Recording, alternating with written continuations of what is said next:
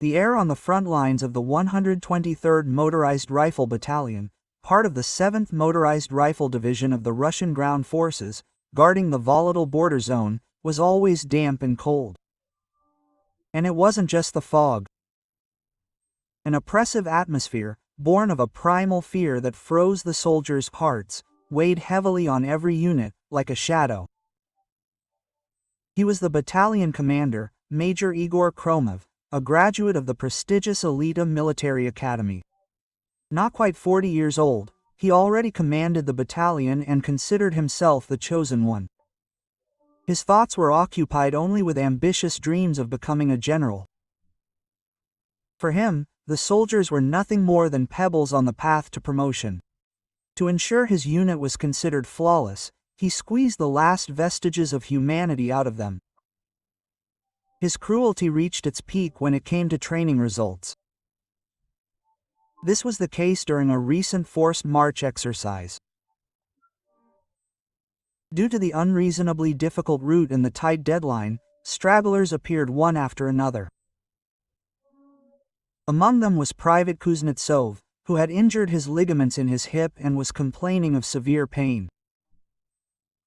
However, despite the medic's protests, Major Kromov took the forge from his kit, forced another soldier to carry it, and forced the limping private to march in formation to the very end. "A soldier shouldn't complain about pain," he growled.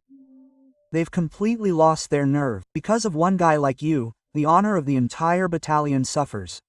Quote, after the exercise, he summoned the injured Kuznetsov to his office. He expected neither care nor sympathy. But what had befallen him exceeded all imaginable humiliation. Major Kromov threw the medical report in his face and sarcastically rebuked him. "Since faking it didn't work, now you've brought a certificate. We lose wars because of weaklings like you. You're the disgrace of our battalion." Quote, but he didn't stop there and, by injuring Kuznetsov's parents, completely destroyed his character. Insults about how he was raised at home were too sharp a dagger for a young man barely 20. Kuznetsov had no choice but to lower his head to hide his tears. Not only was his ankle broken, but his pride as a soldier and his dignity as a person were shattered. The battalion clerk, Corporal Pavel Sokolov, watched this entire scene with bated breath. Kromov's tyranny extended to the officers as well. However, his immediate superior and senior comrade at the academy, Major General Viktor Orlov, commander of the 12th Brigade, was a reliable support and shield for Kromov. General Orlov was a key figure in the secret army group, Honor, which promoted its own men, actively supporting ambitious and loyal subordinates like Kromov. Kromov was willing to do anything in front of the general, and thanks to this support, no one dared to stop his unceremonious behavior. A few days later, the battalion was put on alert for an inspection by the division commander. Kromov, his eyes shining, rushed around the grounds, checking everything in sight. The soldiers' uniforms, the cleanliness of the barracks, even the arrangement of the flowers in the flower beds, nothing escaped his nervous nitpicking. His hysteria was approaching its peak. That afternoon, Corporal Pavel Sokolov, exhausted by a mountain of paperwork, left the barracks to stretch his back and caught Kromov's eye. Pavel's tired, absent gaze and relaxed posture became the spark that ignited a powder keg of anger. "Hey, you, come here," thundered a devilish call. Pavel shuddered and turned around. Seeing the major's face distorted with rage, he instinctively raised his hand in a military salute. "I serve Russia," but it was too late. Kromov came close, knocked his hand away and poked his chin into his palm. "What kind of salute is this? Fingers spread. Where are you looking? What am I to you, a friend?" There was an undisguised threat in Kromov's voice. He contemptuously patted Pavel on the cheek. The soldiers passing by cast anxious glances at them, but no one dared to intervene. Everyone knew that trying to stop this locomotive heading for a breach would end with you yourself being ground to dust. Kromov grabbed Pavel by the chest and dragged him behind the barracks to a secluded place. Behind them, the heavy iron door clanged shut, turning the place into a perfect torture chamber. "So your mother and father raised such a freak?" Ah, the obscene insults began to rain down. Kromov shoved Pavel hard against a rusty metal cabinet. There was a dull thud, and a sharp pain pierced Pavel's back. But the humiliation directed at his parents was more excruciating than the physical pain. Pavel bit his lip. He knew that resisting would only add fuel to the fire, and he swallowed his resentment. Kromov had somehow gotten hold of Pavel's personnel file and, looking through it, sneered contemptuously. His finger stopped on the line under family, where it was written, "Mother is in the military." "Ha, but that's just a comedy. Your mother is in the military. Ha ha ha." He clutched his stomach and burst into manic laughter.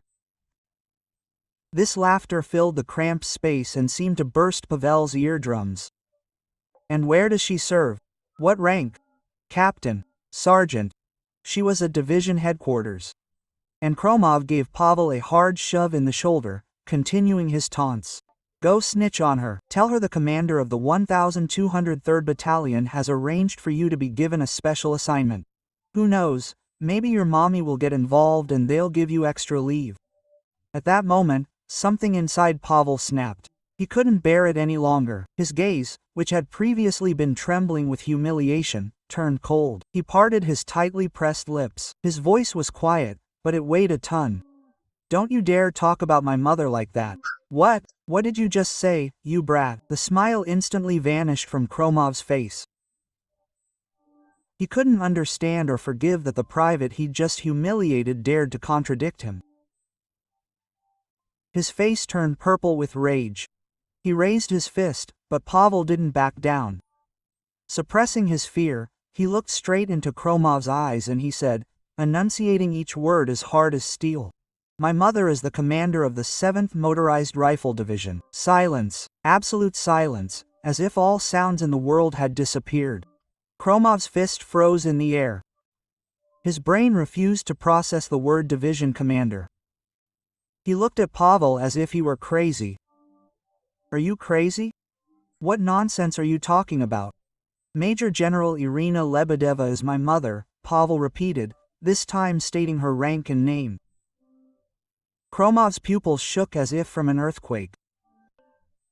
Major General Irina Lebedeva. The first woman in Russia to become the commander of a combat division. A legendary figure, nicknamed the Iron Lady for her integrity and unbending will. And the very one he fawned over so much, trying to curry favor. "Your mother is in the military, a captain or something?" His own words, spoken moments ago, pierced him like a poisonous arrow. In his heart, his legs buckled, his breathing became labored, his vision darkened, and his head spun. He saw his brilliant future promotion crumble to dust in an instant. No, an instinctive fear told him that something far worse awaited him. He realized he had trespassed on forbidden territory and had done so in the most brutal manner. That evening, Pavel called his mother from a payphone in the barracks. Trying to keep his voice even, he recounted what had happened, beginning with a greeting and ending with insults directed at himself and his parents. He tried to convey only the facts, suppressing his emotions as much as possible. On the other end of the line, Major General Irina Lebedeva remained silent until the very end of her son's story, without asking a single question, without uttering a single word. This silence was heavy and ominous, like the calm before a storm. After his son finished, the silence lasted a long time. Pavel felt as if his mother could hear the beating of his heart through the telephone receiver. Finally, her voice rang out, cold as ice, and extremely businesslike, without the slightest hint of emotion. "Understood. See you tomorrow." That was the end of the conversation. Pavel felt with his whole being what was hidden behind that short phrase. It wasn't a mother's anger. It was the cold determination of one of the Army's top commanders to eradicate the ugly lawlessness perpetrated in her unit. The next day, before dawn, the light was bright in the office of the commander of the 7th Motorized Rifle Division. Irina Lebedeva stood in the center of the office in a perfectly pressed field uniform. Her face, as if carved from stone, was emotionless, but her tightly pressed lips and the steely glint in her eyes betrayed the lava boiling within. Comrade General Chikanishik was summoned to his office. The chief of the division's inspection, Colonel Konstantin Gradov, entered with a tense expression. "Have a seat, Colonel." Lebedeva returned to her desk. She pushed a folder toward Gradov. This was the personal file of Major Igor Kromov from the 120th Trial Group Battalion. "Report to me about this man." "Everything I know and everything I didn't know." Gradov swallowed and began. "He's an academy graduate, outstanding in his abilities, but known for his excessive focus on performance and authoritarian command style, which has repeatedly led to conflicts. I need facts, not rumors. Did the inspectorate have any specific data on his violations?" Lebedeva's question caused sweat to break out on Gradov's forehead. There had been several complaints from soldiers, but after an internal review at the battalion level, they were closed for lack of evidence of a crime, which was reported to the brigade. So, at the brigade level, the brigade commander himself closed the case. Lebedeva's voice turned icy. They assigned a cat to guard the sour cream, while the inspectorate was asleep. "Comrade General is to blame." Gradov jumped up and bowed his head low. Lebedeva fixed him with a look and said decisively, "From now on, you will follow my orders exactly. Today, I will begin a special inspection of the 123rd Battalion, on my personal orders. You will personally lead the inspection team and uncover all the violations committed by Major Kromov. Cruelty to soldiers, abuse of power, and possible theft of military property. Conduct individual interviews with all battalion personnel, guarantee complete anonymity and protection for informants, and resist any pressure or persuasion from outside. I assume full responsibility. Your task is to bring me only the truth. Understood?" "Yes, sir." Gradov's answer rang with an almost tragic determination. He realized this Iron Lady was not simply avenging her son. This was the beginning of a large-scale surgical operation to remove a festering tumor in the army. That same day, several black sedans bearing the division's insignia, raising dust, drove through the 123rd Battalion checkpoint. The entire battalion was immediately put on alert. The sudden appearance of a special inspection team, led by the division's chief of inspection himself, was a complete surprise. Meanwhile, Major Igor Kromov spent a sleepless night. He prayed hundreds of times that Corporal Sokolov's words were a lie, the ravings of a madman. But anxiety, like a poisonous flu, grew within him, consuming him. Verifying the information through his comrades yielded horrifying results. Corporal Pavel Sokolov really was the only son of the division commander, Irina Lebedeva. Such was his despair that it felt like the sky had collapsed and the ground had vanished. He was on the brink of madness. Something had to be done, somehow rectify the situation. He considered going to Sokolov, falling to his knees, begging for forgiveness, but his intuition told him it was too late. He tried to contact his last hope, Major General Viktor Orlov, but the inspection team beat him to it. Bam! The door to his office burst open. Colonel Gradov and the inspectorate staff burst in. Kromov jumped to his feet, his heart skipping a beat. "Comrade Colonel, what brings you here?" Gradov gave him a cold, contemptuous look and said, "Major Kromov, effective immediately, you are suspended from duty. By order of the division commander, you are forbidden from leaving this office until the conclusion of the special investigation, and all contact with the outside world is severed. It is in your best interests to voluntarily cooperate with the investigation." The end flashed through Kromov's mind.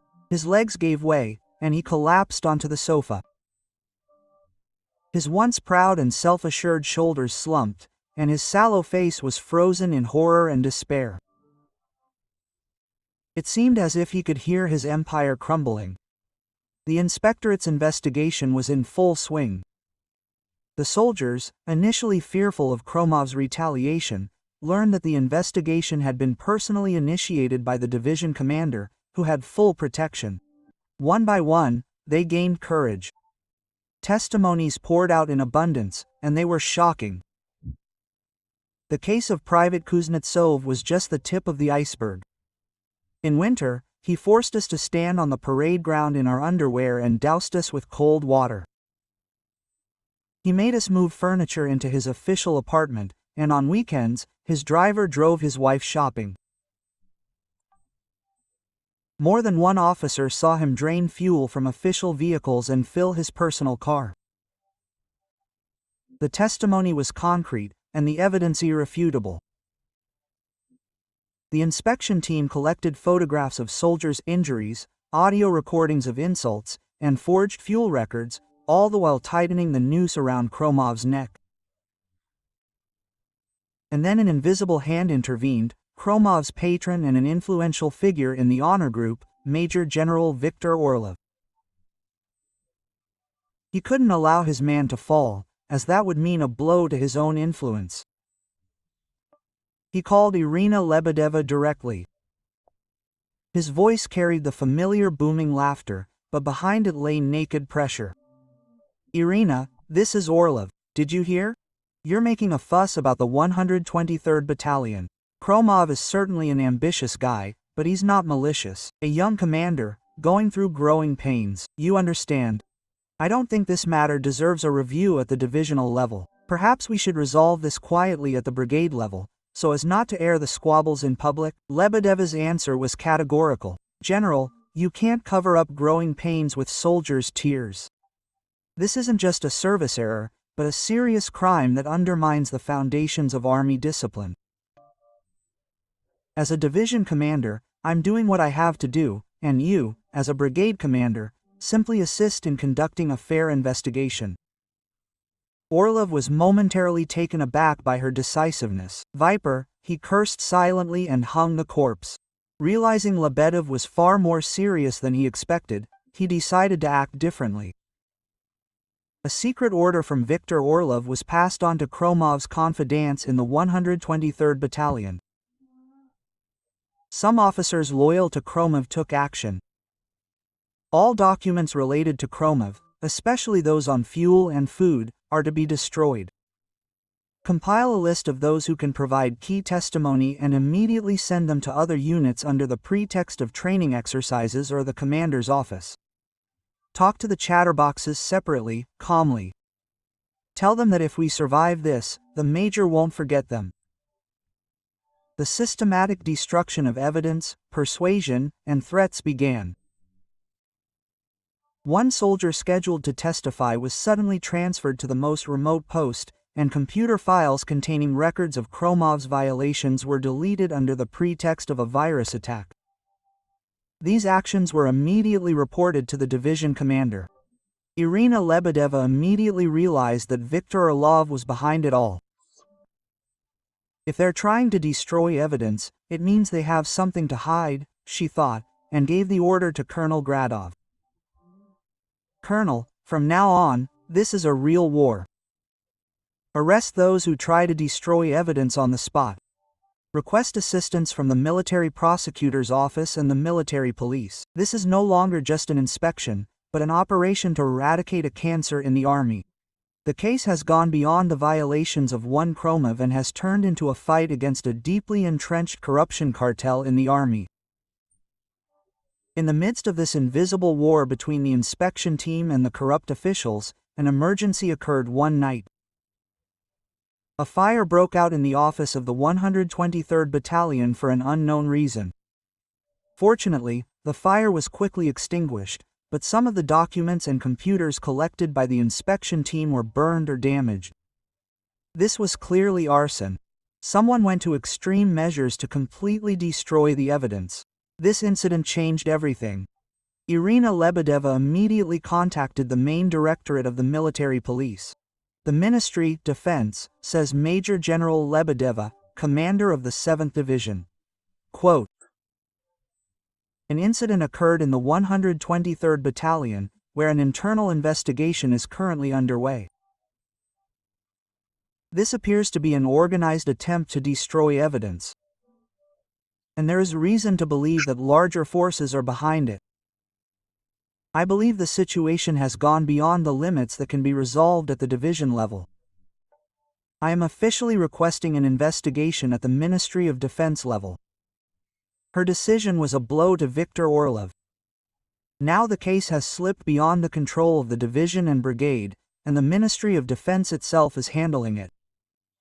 With the arrival of a special investigative team from the Ministry of Defense to the family and division, the situation changed dramatically. The investigation targeted not only Major Kromov, but also his patron, Major General Orlov, and the entire honor group. Orlov was alarmed, but still believed in the strength of his connections and organization. However, when all the central media began reporting on the case, the situation became unmanageable. The son of a woman, a general, became a victim of hazing. A corruption scandal in the army, an attempted cover-up through arson, screamed the headlines. Public outrage grew. Under public pressure, the Ministry of Defense announced an investigation, regardless of rank or rank. Even high-ranking Defense Ministry officials, who were part of Orlov's inner circle, began to turn their backs on him. Igor Kromov, in custody, learned that even Orlov, on whom he had placed so much hope, was under investigation, and he finally broke down. He was overcome with horror at the thought of becoming the scapegoat in this grand game. To save his own skin, he began to testify. This was General Orlov's order. He ordered the destruction of evidence and the intimidation of witnesses. We also handed him some of the stolen military property at honorary meetings. His confession became the decisive evidence, revealing the full nature of the corruption cartel. As the case unfolded, Corporal Pavel Sokolov found himself in his unit, towing the line between hero and troublemaker. Calm. Many soldiers they thanked him for his courage, which had spared them a nightmare, but some officers looked at him askance, blaming him for the disintegration of the battalion. Pavel himself was distraught. He simply couldn't bear the insult directed at his mother and didn't think it would go this far. Had I really exploited his mother's authority? Had innocent people suffered because of me? A sense of guilt and responsibility weighed heavily on him. His mental anguish was noticed by his senior comrade in the office, Sergeant Maximov. He silently patted Pavel on the shoulder and said, "Pavel, it's not your fault. The abscess was bound to burst. You simply lanced it. If not for you, someone else would have rotted alive there. Cheer up." His comrade's sincere support brought a hot lump to Pavel's throat. He realized he wasn't alone. This wasn't just personal revenge, but a common struggle to root out the rot and create better conditions for everyone. Order reigned in his soul, and his doubts were replaced by firm confidence. The military tribunal of Igor Kromov and Viktor Orlov took place. Sitting in the dock in prison garb instead of military uniform, they looked pitiful, with no trace of their former arrogance. During the trial, Private Kuznetsov and many other soldiers who had suffered under Kromov's cruel treatment testified. In trembling voices, sometimes breaking into screams, they recounted the suffering and humiliation they had endured. Their testimony, like daggers, pierced the hearts of the soldiers and civilians present in the courtroom. General Orlov denied his guilt to the end. He claimed he had merely tried to cover up the mistakes of a loyal subordinate, but that there had been no organized cover-up or corruption. However, his claims lost all credibility in the face of Kromov's specific confessions and the material evidence collected by the inspection and investigative teams. General Lebedeva also testified. She testified not as a mother whose son had suffered, but as a division commander who, having discovered lawlessness in his unit, took action to eliminate it, and faced external pressure. Her testimony was devoid of personal emotion, but between the lines, one could read the heavy responsibility of a commander and an unwavering will to restore order in the army. After a lengthy trial, the day of sentencing arrived. The judge solemnly read the verdict. Defendant Igor Kromov, abusing his official position, trampled on the rights of soldiers loyal to him, misappropriated state property for personal gain, and damaged the honor of the army, for which he is gravely guilty. Instead of repenting for his actions, he attempted to destroy evidence, which demonstrates the extreme degree of his moral depravity. Defendant Viktor Orlov, as a superior commander, instead of preventing his subordinates' misconduct, covered it up, used an informal organization to undermine military discipline, and obstructed the investigation, for which he is no less responsible. The judge's voice echoed throughout the courtroom. Based on the above, the court sentences defendant Igor Kromov to 15 years imprisonment, stripped of his military rank, and dishonorable discharge. Defendant Viktor Orlov is sentenced to 10 years imprisonment, stripped of his military rank, and dishonorable discharge. The blow of the gavel marked a shameful end to their military careers. Kromov collapsed to the floor and sobbed, while Orlov stared blankly into space, disbelieving what was happening. It was the moment when arrogant authority crumbled under the onslaught of justice. After it was all over, Corporal Pavel Sokolov spent his vacation with his mother. Having taken off her military uniform, she was simply a loving mother. They walked along the seashore together, fished, and talked about things they hadn't had time to discuss before. Pavel asked his mother a question that had been bothering him for a long time. Quote, "Mom, haven't you sacrificed too much for me? I'm sure you've made a lot of enemies. You don't regret it." Irina Lebedeva warmly took her son's hand and, looking at the distant sea, said, "Pavel, for a soldier, the real enemy is not only behind the barbed wire. Far more dangerous for us is the injustice and lawlessness within ourselves. I was simply trying to fix this, and as a mother, I could not turn a blind eye to the fact that my son faced injustice. If I lost anything, it was only a few rotten ropes. I believe that I preserved something much more valuable, the healthy future of our army and my son's honor. So I don't regret anything." After his mother's words, Pavel no longer felt guilty, his heart filled with deep respect and love. The scars of that day became bonds that bound them even more tightly. The Kromov-Orlov case shook the entire army. The Ministry of Defense launched large-scale reforms. Informal army groups, such as the Honor, were disbanded, and their members were severely punished. An independent institution of the military ombudsman was created to protect the rights of the military personnel were punished, and the system for monitoring commanders' abuses was significantly strengthened. Of course, long-standing habits and culture couldn't change overnight, but one thing became clear.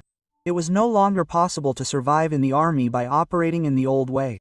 The wind of change stirred by Irina Lebedeva slowly but surely spread throughout the army. In a cold, solitary confinement cell, Igor Kromov was tormented by nightmares every night. The faces of the soldiers he had humiliated and tormented haunted him like ghosts. He repented too late, but time could not be turned back. The epaulettes he had dreamed of, the glittering stars and influential connections, all vanished like a mirage. All that remained was pain and loneliness, eternally recurring in the ruins of his pride. Only now did he truly feel the pain of those he had trampled. Behind the scenes of this high-profile case remained nameless heroes. A conscientious company commander, who, suffering under Kromov's oppression, secretly kept records of his violations. A soldier from the Chancery who, during a fire, risked his life to save some documents from the flames. And above all, many ordinary soldiers who, overcoming the fear of revenge, came forward in court to tell the truth. Their small feats of courage brought down a huge wall of lawlessness. Time passed, and Pavel Sokolov was demobilized. This special experience in the army completely changed the course of his life. He entered law school and decided to become a human rights lawyer. He was especially interested in human rights issues in the army, and he vowed to become the voice of disenfranchised and unfairly treated soldiers. His vision became deeper and more steadfast than ever. Irina Lebedeva's career took off. She enjoyed universal respect in the army. She became the first woman to command a military district, and then made history as the first woman to serve as chief of the General Staff of the Armed Forces of the Russian Federation. Having reached the pinnacle of power, she never forgot her principles. She always listened to the voices of soldiers on the ground and dedicated himself to creating a strong and transparent army. 10 years later, human rights lawyer Pavel Sokolov spoke at an event organized by the Military Personnel Rights Center. There, he unexpectedly encountered a man from his past. It was Private Kuznetsov, the same one who suffered at the hands of Kromov. After serving in the military, he became a psychologist and helped soldiers who had experienced trauma. They recognized each other and silently embraced tightly. The terrible wounds of the past now became a healing force for others. They did not dwell on the past but became loyal comrades, each in their own place, fighting for a better world. Having become chief of the General Staff, Irina Lebedeva attended the graduation ceremony at her alma mater, the Military Academy. In front of hundreds of young officers, she reminisced about her service and delivered a closing speech. Proud new officers of Russia, the stars that shine on your shoulder straps today are not your personal property. They are a symbol of the heavy responsibility placed upon you by your homeland and the weight of the lives and dignity of your future subordinates.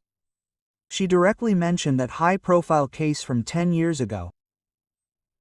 I once witnessed the fall of a commander who considered his subordinates tools for career advancement and trampled on their dignity. He believed his power was eternal, but he didn't understand that the power of a leader who has lost the trust of his subordinates is like a sandcastle. The most powerful enemy you will face is not the enemy behind barbed wire, but your own pride and injustice. Her gaze, warm yet piercing, slid across the faces of future commanders. A commander's sword is honorable when it points at the enemy, but becomes a shameful weapon when it is turned against his own soldiers, respecting his subordinates as individuals, empathizing with their pain, crying and laughing with them. You will win their hearts, and Russia will entrust you with the strongest army. Please become leaders who understand the weight of power, commanders who value people. This is the true loyalty that awaits you. Motherland. Her speech was more than just a congratulatory message, but a priceless lesson drawn from the pain of an entire era. This lesson echoed in the hearts of the young officers. Arrogant authority will inevitably be punished, and true leadership begins with respect for people. An eternal truth. This was the true chronicle of the victory of our time, written in the blood and tears of the Iron Lady.